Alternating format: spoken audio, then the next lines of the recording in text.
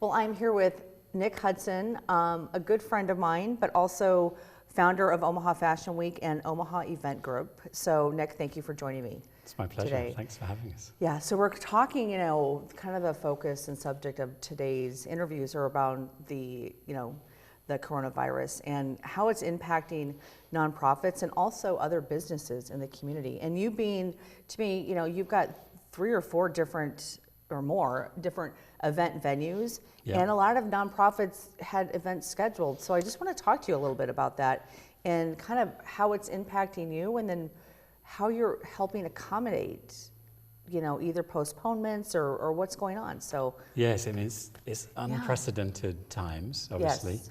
The priority is about keeping people safe as a whole community. Yeah, and so we feel like we've been working on it, obviously for weeks now, and it gets more dramatic every day at the moment. But we're obviously not doing any events until the end of April, right? As mandated by sort of local and national government. Right. And so for those people, and I have to say, I mean, our team has been amazing. We've obviously we've got 300 events that we have, that we plan a year. So there's a lot of different things, and obviously to every event customer, it's a very important day. Yeah. Whether you're for a wedding or for a non-profit event or a creative event, it's a very complicated thing. There's a lot of moving parts. Yeah, and let's talk a little bit about those moving parts, because it's not just. I mean, you've got we're just take nonprofits for example. So you've got the nonprofit piece; they're coming out and raising funds, but then there's also all the different people that are involved in an event. Yes. So talk about that for a little bit. Yeah, well, so broadly what we're doing is our team is helping people, anybody, through March, April, and May. May obviously is still unknown at the moment, but if the event needs to move, then we're helping them move, and we're sort of absorbing any of the fees as part of that move, and moving into later in 2020. I mean, taking the non-profits, the ones we've spoken to have said that they can't afford to not have their event. Yeah, so because it's raising essential funds. So we're basically, I mean, there's plenty of event availability, data availability. So we're helping people just sort of move things around. Yeah. And then we're having to keep being flexible, as we're going along. Right. So, but those ones, obviously all affected through April, and then some of the May ones, as well. And then in terms of the people, it's difficult. Obviously, we've closed down. We've got 4 different venues and 3 other businesses all associated in events and the arts.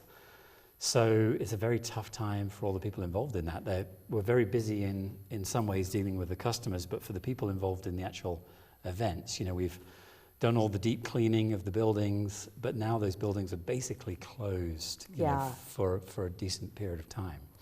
And let me ask you this, are you finding, so I know typically nonprofits or whether it's a nonprofit or a corporate event or a wedding, but let's just stick to nonprofits and corporate events. Yeah. They have their event on a certain night of the week.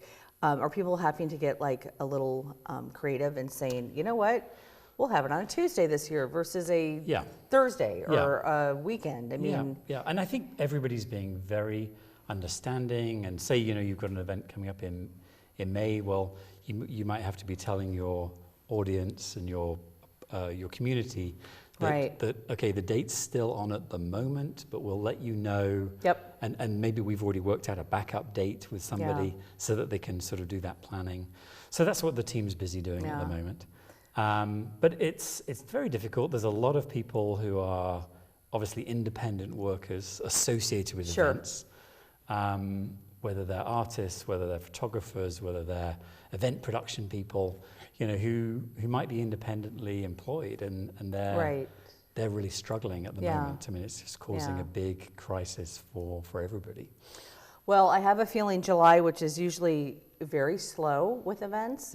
I see a lot of events that have been coming through that are postponing are now in July. So That's right, yeah. Yeah, let's just keep having this conversation because I know Yeah. so many of the nonprofits that I work with have events at the Omaha Design Center. Yeah. You have the Empire Room. Yeah, and Palazzo yeah. as well, and the downtown club. And Yeah. so, yeah, the team's just busy talking to them about coming up with either changing the date or Yeah. a backup plan, and then we can keep reviewing it, especially when we get to that period of about 4 weeks before the event. Yeah. If we're still in an unknown situation, our advice is then let's try and move it to a different Yeah. date. Yeah. Interesting times. You just have to be flexible and open. So It is hard, and I have to say I'm just so impressed by how, it's scary times as well, you Yeah. know, both in terms of a community health point of view, but also